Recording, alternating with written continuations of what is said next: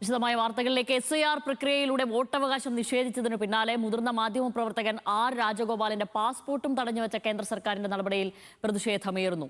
എന്തൊരു യുക്തിയില്ലായ്മയാണിത് എന്നാണ് കോൺഗ്രസിന്റെ പ്രതികരണം. നിയമവാഴ്ചയിൽ മുന്നോട്ടു പോകുന്ന രാഷ്ട്രം എന്ന മേൽവിലാസം ഇല്ലാതാക്കാനുള്ള ശ്രമമാണോ എന്ന് കോൺഗ്രസ് MP വിവേക് തൻഖ ചോദിച്ചു. ഞെട്ടിക്കുന്ന നടപടിയെന്ന് തൃണമൂൽ MP സാഗരിക ഘോഷ് പ്രതികരിച്ചു. പാസ്പോർട്ട് തടഞ്ഞുവെച്ചതുകൊണ്ട് അമേരിക്കയിൽ വെച്ച് നടന്ന മകളുടെ വിവാഹ ചടങ്ങിൽ പങ്കെടുക്കാൻ രാജഗോപാലിന് സാധിച്ചിരുന്നില്ല. 2026 മാർച്ചിലാണ് കൊൽക്കത്തയിലെ ബാലിഗഞ്ച് നിയമസഭാ മണ്ഡലത്തിലെ വോട്ടർ പട്ടികയിൽ നിന്ന് രാജഗോപാലിന്റെ പേര് നീക്കം ചെയ്തത്. ശരത് ലാലാണ് ചേരുന്നത് വിവരങ്ങളുമായി. ശരത്ത്, ഇതുമായി ബന്ധപ്പെട്ട് വലിയ പ്രതിഷേധങ്ങളാണ് ഉയർന്നത്. കൂടുതൽ പ്രതിപക്ഷ പാർട്ടികളൊക്കെ രാജഗോപാലിന് നിലവിൽ പിന്തുണ പ്രഖ്യാപിച്ചിട്ടുണ്ട്. എന്തൊക്കെയാണ് വിശദാംശങ്ങൾ? പറയൂ. ഫാമിലി കടുത്ത പ്രതിഷേധമാണ് ഇക്കാര്യത്തിൽ പ്രതിപക്ഷ പാർട്ടികൾ ഉന്നയിച്ചിരിക്കുന്നത്. പ്രത്യേകിച്ചും തൃണമൂലും അതേപോലെ കോൺഗ്രസും വളരെ ശക്തമായ ഭാഷയിൽ തന്നെ ഈ നടപടിയിൽ പ്രതിഷേധിച്ചിരുന്നു. രാജഗോപാലിനെ സംബന്ധിച്ചുള്ള രാജഗോപാല് അറിയപ്പെടുന്ന ഒരു എഡിറ്ററായിരുന്നു. അതേപോലെ തന്നെ അദ്ദേഹത്തിന്റെ പിതാവും അതേപോലെ അറിയപ്പെടുന്ന വ്യക്തിത്വമുള്ള വ്യക്തിയാണ്. ഈ സാഹചര്യത്തിൽ സാങ്കേതികമായ കാരണങ്ങൾ പറഞ്ഞുകൊണ്ടാണ് ഈ പാസ്പോർട്ട് വെരിഫിക്കേഷൻ തടഞ്ഞു വെച്ചത്. കാരണം പാസ്പോർട്ട് വെരിഫിക്കേഷൻ എത്തിയ പോലീസ് വളരെ വ്യക്തമായി പറഞ്ഞിരിക്കുന്നത് SIRൽ പേരില്ല, അതുകൊണ്ട് അദ്ദേഹത്തിന്റെ പിതാവിന്റെ അഡ്രസ്സും മറ്റും കാര്യങ്ങളൊന്നും കണ്ടെത്താൻ കഴിഞ്ഞില്ല എന്ന രീതിയിലുള്ള ഒരു റിപ്പോർട്ട് നൽകുകയും അതിന്റെ അടിസ്ഥാനത്തിൽ പാസ്പോർട്ട് പുതുക്കൽ നടപടികൾ റദ്ദാക്കപ്പെടുകയാണ് ചെയ്തത്. ഇതുകൊണ്ട് തന്നെ പാസ്പോർട്ട് നഷ്ടപോയ രാജഗോപാലിന് തന്റെ മകളുടെ വിവാഹത്തിന് വേണ്ടി അമേരിക്കയിൽ പോകാനും കഴിഞ്ഞില്ല. ഇതാണ് ഇപ്പോൾ വലിയ വിഷയമായി ഉയർന്നുകൊണ്ടിരിക്കുന്നത്. കാരണം പ്രതിപക്ഷ പാർട്ടിയിൽ കോൺഗ്രസും അതേപോലെ തൃണമൂലും വളരെ ശക്തമായ രീതിയിൽ തന്നെ ഇതിനോട് പ്രതികരിച്ചിട്ടുണ്ട്. ഇതെന്ത് ജനാധിപത്യ രീതിയാണ്, എന്തൊരു മാതൃകയാണ് എന്ന രീതിയിലുള്ള ചോദ്യങ്ങളാണ് പ്രതിപക്ഷ കക്ഷികൾ ഉയർത്തുന്നത്. ശ്യാംലി, ഏതായാലും ബംഗാളിൽ ഇത് സംബന്ധിച്ച് ശക്തമായ പ്രതിഷേധമാണ് ബംഗാളിൽ ഉയരുന്നത്. ശ്യാംലി, ശരത്ത്, ഇത് സംബന്ധിച്ച് അദ്ദേഹം തനിക്കുണ്ടായ ഒരു നീതി നിഷേധം അറിയിക്കുകയാണ് ചെയ്തത്. അതിൽ താനൊരു പൗരനല്ലാത്ത രീതിയിൽ പാർശ്വവൽക്കരിക്കപ്പെട്ടോ എന്നതടക്കമുള്ള വലിയ വൈകാരികമായ പ്രതികരണങ്ങളൊക്കെ അദ്ദേഹം നടത്തുകയുണ്ടായി. ഇനി ഇതിൽ മറ്റേതെങ്കിലും തരത്തിൽ നിയമ നടപടിക്ക് അദ്ദേഹം പോകുന്നുണ്ടോ? അത്തരം വിവരങ്ങൾ ലഭ്യമാണോ? ബംഗാളിൽ നമുക്ക് ലഭിക്കുന്ന വിവരങ്ങൾ അനുസരിച്ച് അദ്ദേഹം നിയമ നടപടികൾ സ്വീകരിക്കും എന്നുള്ളത് തന്നെയാണ്. കാരണം അദ്ദേഹത്തിനെ സംബന്ധിച്ചോളം അദ്ദേഹം ഇന്ത്യൻ പൗരനാണ്, അദ്ദേഹത്തിന്റെ പിതാവ് ഇന്ത്യൻ പൗരനായിരുന്നു. സ്വാഭാവികമായിട്ടും SIRൽ അതനുസരിച്ചിട്ടുള്ള അദ്ദേഹത്തിന് രേഖകൾ സമർപ്പിക്കാനുള്ള അവകാശമുണ്ട്. അതനുസരിച്ച് തന്നെ അദ്ദേഹം കാര്യങ്ങൾ മുന്നോട്ട് പോകും എന്നാണ് നമുക്ക് ലഭിക്കുന്ന വിവരം.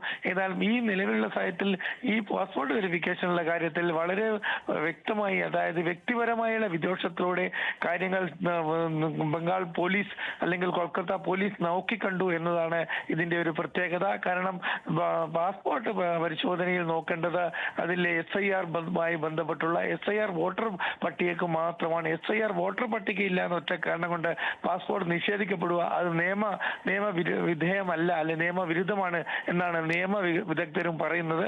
ഏതായാലും ഈ കാര്യത്തിൽ നിയമ നടപടി രാജഗോപാൽ സ്വീകരിക്കുമെന്ന് തന്നെയാണ് നമുക്ക് ലഭിക്കുന്ന വിവരം. ശ്യാമിലി, ശരത്ത്, മറ്റൊന്ന് ഇതിലിപ്പോൾ കാരണമായി പറയുന്നത് ഈ വോട്ടവകാശം നിഷേധിക്കാനുള്ള പട്ടികയിൽ നിന്ന് വെട്ടിപ്പോകാനുള്ള ഒരു കാരണം എന്ന് പറയുന്നത് 2002 വോട്ടർ പട്ടികയിൽ അദ്ദേഹത്തിൻ്റെ പിതാവിൻ്റെയോ പേരില്ല എന്നുള്ളതാണ്. ഇക്കാരണത്തിലാണ് വെട്ടിപ്പോയത് എന്നാണ് ഔദ്യോഗികമായി നൽകുന്ന വിശദീകരണം. പക്ഷേ ഇതുമായി ബന്ധപ്പെട്ട് ഹാജരാക്കാവുന്ന എല്ലാ രേഖകളും അദ്ദേഹം ഹാജരാക്കിയിരുന്നു. അപ്പോൾ ഇതിൽ ഒരു ആസൂത്രിതമായ അല്ലെങ്കിൽ തീരുമാനിച്ചതുപോലെയുള്ള ഒരു നീക്കം, ഒരു പ്രതികാര നടപടിയോ അത്തരത്തിലുള്ള ഒരു നീക്കം ഇക്കാര്യത്തിൽ ഉണ്ടായിട്ടുണ്ട് എന്ന് ഈ ഘട്ടത്തിൽ നമ്മൾ സംശയിക്കണോ?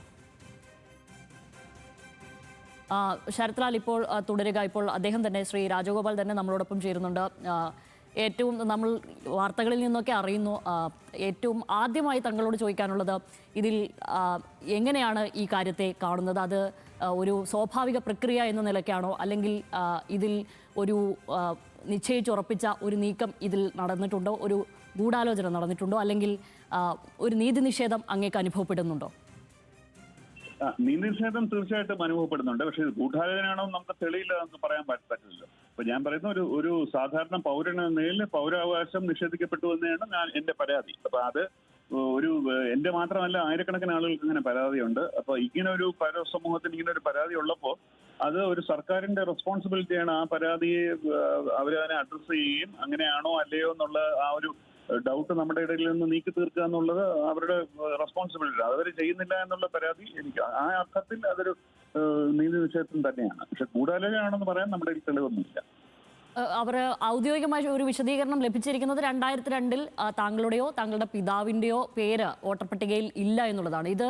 ഈ വിശദീകരണത്തിൽ താങ്കൾ തൃപ്തനാണോ? അല്ല, ഇത് ഔദ്യോഗികമായിട്ട് ഇങ്ങനെ വിശദീകരണം കിട്ടിയിട്ടില്ല. കാര്യം ഫസ്റ്റ് ആദ്യത്തെ നമ്മുടെ SIR പ്രക്രിയ അനുസരിച്ച് നമ്മളെ അണ്ടർ അഡ്ജുഡിക്കേഷൻ ഉള്ള ഇതിലോട്ട് മാറ്റുന്നതിന്റെ അർത്ഥം അതാണ്. അപ്പൊ നമ്മൾ അണ്ടർസ്റ്റുഡ് ആണ്, അത് അനുമാനിക്കുക. നമ്മൾ അത് ഔദ്യോഗികമായിട്ട് തന്നെ അറിയിച്ചിട്ടില്ല അങ്ങനെ ചെയ്ത്. അപ്പൊ അത് ചെയ്ത് കഴിഞ്ഞാൽ അതിന്റെ അടുത്ത സ്റ്റെപ്പ് നമ്മൾ അണ്ടർ അഡ്ജുഡിക്കേഷൻ ആയി കഴിഞ്ഞാൽ നമുക്ക് ഈസി പറഞ്ഞിട്ടുള്ള 11 ഡോക്യുമെന്റിൽ ഏതെങ്കിലും ഒരു ഡോക്യുമെന്റ് നമ്മൾ കൊടുക്കണം. അങ്ങനെ ഞാൻ എന്റെ മെട്രിക്കുലേഷൻ കേരളത്തിൽ നിന്ന് എനിക്ക് അവിടുത്തെ വിദ്യാഭ്യാസ വകുപ്പ് നൽകിയിട്ടുള്ള SLC ബുക്ക് അതാണ് ഞാൻ കൊടുത്തത്. പക്ഷെ അതവർ അക്സെപ്റ്റ് ചെയ്യില്ല. അതാണ് എന്നെ ഏറ്റവും അത്ഭുതപ്പെടുത്തുന്നത്. അപ്പൊ എനിക്ക് തോന്നുന്നു അതിനകത്ത് എന്തെങ്കിലും സ്പെല്ലിംഗ് മിസ്റ്റേക്കോ അങ്ങനെ വല്ലതും കണ്ടു കാണും. ഇപ്പോഴത്തെ രേഖയായിട്ട് സ്പെല്ലിംഗ് മിസ്റ്റേക്കിൽ ഡിസ്ക്രിപ്പൻസി. കാര്യം ഇന്ത്യൻ ഭാഷയിൽ നമ്മുടെ പേരുകൾ അതിനകത്ത് സ്റ്റാൻഡേർഡൈസ്ഡ് ഇംഗ്ലീഷ് സ്പെല്ലിംഗ് ഇല്ല. ഒരു പേര് തന്നെ നമുക്ക് കൃഷ്ണ എന്നുള്ള പേര് തന്നെ പല സ്പെല്ലിംഗിൽ നമുക്ക് സ്പെല് ചെയ്യാം. അപ്പൊ അതുകൊണ്ട് അത് തെറ്റാണെന്ന് പറയുന്നത് ഡിസ്ക്രിപ്പൻസി എന്ന രീതിയിൽ അത് ഇപ്പോഴത്തെ രേഖയും ആ രേഖയുമായിട്ട് താരതമ്യപ്പെടുത്താൻ പറ്റുന്നില്ല എന്നായിരിക്കാം. ഇതിന്റെ ഏറ്റവും വലിയ പ്രശ്നം ഇത് കംപ്ലീറ്റ്ലി ഓപ്പേക്ക് ആയിട്ടുള്ള ഒട്ടും ട്രാൻസ്പെറന്റ് അല്ലാത്തൊരു എക്സസൈസ് ഒരു പ്രക്രിയയായിരുന്നു. അപ്പൊ നമുക്ക് അറിയില്ല എന്താ സംഭവിച്ചത്. അപ്പൊ നിങ്ങളുടെ പേര് എക്സ്ക്ലൂഡഡ് ആണ്, അത് മാത്രമേ എന്നെ ഔദ്യോഗികമായിട്ട് അറിയിച്ചിട്ടുള്ളൂ. അല്ലെ കാരണം അറിയിച്ചിട്ടില്ല. ഇതെല്ലാം ഞാൻ അനുമാനിക്കുകയാണ്, ഇതായിരിക്കാം കാരണം എന്ന് അനുമാനിക്കുകയാണ്. അപ്പൊ ഒരു സ്പെല്ലിംഗ് മിസ്റ്റേക്കിന്റെ പേരിൽ ഒരാളുടെ വോട്ടവകാശം എടുത്ത് കളയുക എന്ന് പറഞ്ഞാൽ എന്തുമാത്രം അനീതിയാണെന്ന് ഞാൻ പറയാതെ തന്നെ താങ്കൾക്ക് മനസ്സിലാവുന്നുണ്ട്. തീർച്ചയായും അതിൽ ഇപ്പോൾ പാസ്പോർട്ടും കൂടി തടഞ്ഞു വെച്ചിരിക്കുന്നു എന്ന വാർത്തകൾ കൂടി വരുന്നു. താങ്കൾക്ക് താങ്കളുടെ മകളുടെ വിവാഹത്തിൽ പങ്കെടുക്കാൻ പറ്റിയില്ല എന്ന് പറയുന്നു. അതെ, പാസ്പോർട്ട് തടഞ്ഞു വെക്കുകയല്ല, എന്റെ പാസ്പോർട്ട് റിന്യൂ ചെയ്യാനായിട്ട് ഉള്ള ആ പ്രോസസ്സ് തുടങ്ങി. ബയോമെട്രിക്സും കാര്യങ്ങളും കഴിഞ്ഞു കഴിഞ്ഞപ്പോൾ പോലീസ് വെരിഫിക്കേഷൻ വേണ്ടി എന്റെ ഇവിടുത്തെ ബാലിഗഞ്ച് പോലീസ് സ്റ്റേഷൻ ഞാൻ അവരുടെ ജൂറിസ്ഡിക്ഷൻ അവിടെ എത്തിയപ്പോൾ അവര് ഈ SIRൽ നിന്ന് പേര് വെട്ടിയതുകൊണ്ട് ഞങ്ങൾക്ക് പോലീസ് വെരിഫിക്കേഷൻ ക്ലിയറൻസ് തരാൻ പറ്റില്ല എന്ന് പറഞ്ഞു. ഇതൊരു പുതിയ അറിവായിരുന്നു. അതായത് വോട്ടർ ID കാർഡ് ഉണ്ടെങ്കിലേ പാസ്പോർട്ട് റിന്യൂ ചെയ്യാൻ പറ്റുന്നുള്ള എനിക്ക് ഇതുവരെ അറിയില്ലായിരുന്നു. അതിനുവേണ്ടി അതിന് ഏതാണ് ഗവൺമെന്റ് മെമ്മോയോ ഓർഡർ എന്താണെന്ന് ചോദിച്ചിട്ട് അവരത് കാണിക്കുന്നുമില്ല. അപ്പൊ ഇത് ഇത്ര രഹസ്യമാക്കി വയ്ക്കേണ്ട കാര്യമില്ല. അപ്പൊ നമ്മൾ അറിയണ്ടേ. കാര്യം നമ്മുടെ നിന്ന് 1500 രൂപ ഫീസ് വാങ്ങിച്ചിട്ടാണ്, ഇപ്പൊ എനിക്കൊന്ന് കൂട്ടിയിട്ടുണ്ടെന്ന് തോന്നുന്നു, ഫീസ് വാങ്ങിച്ചിട്ടാണ് പാസ്പോർട്ട് പ്രക്രിയ തുടങ്ങുന്നത്. അപ്പൊ നമ്മൾ അതിനു മുമ്പ് അവരെ അറിയിക്കണം, നിങ്ങൾക്ക് വോട്ടർ ID കാർഡില്ലെങ്കിൽ നിങ്ങൾ അപേക്ഷിക്കരുതെന്ന് പറയേണ്ട ഒരു മര്യാദ കാണിക്കണ്ടല്ലേ. അത് അങ്ങനെ അറിയിക്കുകയാണെങ്കിൽ നമുക്ക് അതിനെ പിന്നെ കോടതി പോയി മറ്റൊന്ന് ചെയ്യാം. ഇപ്പൊ അങ്ങനെയല്ല, ഒരു റിജക്ട് ചെയ്തിട്ടില്ല, ഒരു പെൻഡിങ്ങിൽ വെച്ച് 100 ദിവസമായിട്ട് പെൻഡിങ്ങിൽ വെച്ചിരിക്കുകയാണ്. ഇത് വളരെ ബുദ്ധിമുട്ടുണ്ടാകുന്ന കാര്യമാണ്. പിന്നെ എന്റെ മകളുടെ വിവാഹം ഇതിന്റെ ഇടയിൽ സംഭവിച്ചൊരു കോയിൻസിഡൻസ് ആണ്. അത് ഞാൻ പോകാതിരിക്കാൻ വേണ്ടിയാണ് അവരങ്ങനെ ചെയ്തതെന്ന് ഞാൻ കരുതുന്നില്ല. അത് ഇതിനിടയ്ക്ക് നടക്കുന്ന ഒരു കോയിൻസിഡന്റൽ ഒരു സംഭവം. അത് വലിയൊരു വിഷയമായിട്ട് നമ്മൾ എടുക്കാൻ പാടില്ല എന്നാണ് പറയാം. കാര്യം വ്യക്തിപരമായ കാര്യമാണ്. രണ്ടാമത് ഇതിനേക്കാൾ കൂടുതൽ ആളുകൾ യാതന അനുഭവിക്കുന്ന ആളുകൾ ഇവിടെ ഉണ്ട്. പക്ഷേ എനിക്ക് എന്റെ പ്രശ്നം ഇത് ഏത് പോളിസിയുടെ പുറത്തല്ല, ഏത് ഗവൺമെന്റ് പോളിസിയുടെ പുറത്താണ് ഇങ്ങനെ നിരാകരിച്ചതെന്ന് ചോദിക്കുന്നതിന് ഒരു ഉത്തരം തരത്തില്ല. ഇതങ്ങനെ രഹസ്യമായി വെക്കേണ്ട ഒരു കാര്യമാണോ? നമ്മുടെ ഓരോ പൗരന്മാരെയും അഫക്ട് ചെയ്യുന്ന ഒരു കാര്യം അത് പരസ്യമായിട്ട് അവർ പറയണം. ഇതാണ് ഞങ്ങൾ ഗവൺമെന്റ് പോളിസി, SIRൽ പേര് വെട്ടിക്കഴിഞ്ഞാൽ നിങ്ങൾക്ക് പാസ്പോർട്ട് റിന്യൂ ചെയ്യാൻ പറ്റില്ല. പക്ഷെ അങ്ങനെ അവർ പറയാത്തതിന്റെ കാരണം നമുക്കറിയാം. കാര്യം അങ്ങനെ പറയുകയാണെങ്കിൽ സുപ്രീം കോടതിയിൽ ഇലക്ഷൻ കമ്മീഷൻ പറഞ്ഞ എന്താണ്, SIR വോട്ടർ പട്ടിക ക്ലീനപ്പ് ചെയ്യാൻ വേണ്ടി മാത്രമേ ഉപയോഗിക്കുള്ളൂ എന്ന അഷുറൻസ് കൊടുത്തിട്ടുണ്ട് സുപ്രീം കോടതി. അപ്പൊ അങ്ങനെയല്ല, അത് ഉപയോഗിച്ച് ഒരാളുടെ പാസ്പോർട്ട് റിന്യൂ ചെയ്യുന്നില്ല എന്ന് പറയുമ്പോൾ അവർക്ക് ഇലക്ഷൻ കമ്മീഷൻ സുപ്രീം കോടതി പറഞ്ഞതിന്റെ നേരെ ഘടകവിരുദ്ധമായി പ്രവർത്തിക്കുക, സർക്കാരുകൾ പ്രവർത്തിക്കുന്നു എന്ന് വരില്ലേ. അപ്പൊ അതുകൊണ്ടാണെന്ന് തോന്നുന്നു ഒരു പോളിസി എന്താണെന്ന് പറയാൻ വിസമ്മതിക്കുന്നത്. ഇത്തരം സാങ്കേതികത്വത്തിൽ കുടുങ്ങി നമ്മുടെ കാര്യങ്ങളൊന്നും നടക്കാതെ വരിക, ഈ പറയുന്നത് പോലെ നമ്മുടെ വോട്ടവകാശം പോലും വെട്ടുക, അതിൻ്റെ ഭാഗമായി അതിനോട് ബന്ധപ്പെട്ട് നിൽക്കുന്ന കാര്യങ്ങളൊക്കെ തന്നെ തടഞ്ഞു വെക്കുക, അല്ലെങ്കിൽ തനിക്ക് വോട്ടവകാശം ഇല്ല, നിങ്ങൾ വോട്ടർ പട്ടികയിൽ പേരില്ലാത്തതുകൊണ്ട് മറ്റു കാര്യങ്ങൾ കൂടി നടക്കില്ല എന്ന് പറയുമ്പോൾ തീർച്ചയായും നമുക്ക് ഇതിൽ നിന്ന് മുന്നോട്ട് പോകണമല്ലോ. അപ്പോൾ താങ്കളുടെ തുടർ നടപടി എന്താണ് ഈ കാര്യത്തിൽ? ഇല്ല, തുടർ നടപടി നമുക്കൊന്നും ചെയ്യാൻ, അതാണ് സമ്പൂർണ്ണ നിസ്സഹായാവസ്ഥയാണ്. കാര്യം ഞാൻ SIR ഈ രണ്ട് കാര്യമാണ്. ഒന്ന് SIR അതൊരു സെപ്പറേറ്റ് ഇഷ്യൂ, പാസ്പോർട്ട് അവർ ഈ സർക്കാരാണ് ഇത് രണ്ടും കൂടി ഇപ്പോൾ കൂട്ടിച്ച് കുഴച്ചത്, അല്ലെങ്കിൽ രണ്ട് സെപ്പറേറ്റ് ഇഷ്യൂ ആണ്. അപ്പോൾ SIRനെ സംബന്ധിച്ചോളം ഞാൻ അതിന് അപ്പീൽ കൊടുത്തിട്ടുണ്ട് ട്രൈബ്യൂണൽ. പക്ഷേ ഈ ട്രൈബ്യൂണലിന് മുന്നിൽ 27 ലക്ഷം 32 പറയുന്നുണ്ട്, 32 ലക്ഷം എന്നും പറയുന്നുണ്ട്. 27 ലക്ഷം കൺഫേംഡ് ആണ്, 27 ലക്ഷം കേസസ് പെൻഡിങ് ആണ്, 19 ട്രൈബ്യൂണൽസ് ആണുള്ളത്. അപ്പം നമുക്ക് കണക്കൂട്ടി അറിയാം ഒരു ദിവസം അവർക്ക് മാക്സിമം എത്ര ചെയ്യാൻ പറ്റുന്നത്. അങ്ങനെയാണെങ്കിൽ ചിലപ്പോൾ വർഷങ്ങളോടെടുക്കും തീരാൻ, ചിലപ്പോൾ നാളെ വിളിച്ചെന്നും കൂടെ. അപ്പൊ ഇതൊരു ഒരു ഒട്ടും വളരെ അനിശ്ചിതാവസ്ഥമുള്ള ലോട്ടറി ടിക്കറ്റ് എടുത്ത പോലെയാണ്. എപ്പോഴും നമ്മുടെ ടേൺ വരും, ആ ടേൺ വന്നാൽ തന്നെ ട്രൈബ്യൂൺ ക്ലിയർ ചെയ്യണം നിർബന്ധമൊന്നുമില്ല. പക്ഷെ ഒരു ഹിയറിംഗ് കിട്ടാൻ പോലും നമുക്ക് യാതൊരു സെർട്ടനിറ്റി ഇല്ല. അപ്പൊ എത്ര മാസം എടുക്കുന്നു, എത്ര ദിവസം എടുക്കുന്നു, എത്ര വർഷം എടുക്കുന്നു, ഒരു സെർട്ടനിറ്റി ഇല്ല. അതിന്റെ അനിശ്ചിതാവസ്ഥ.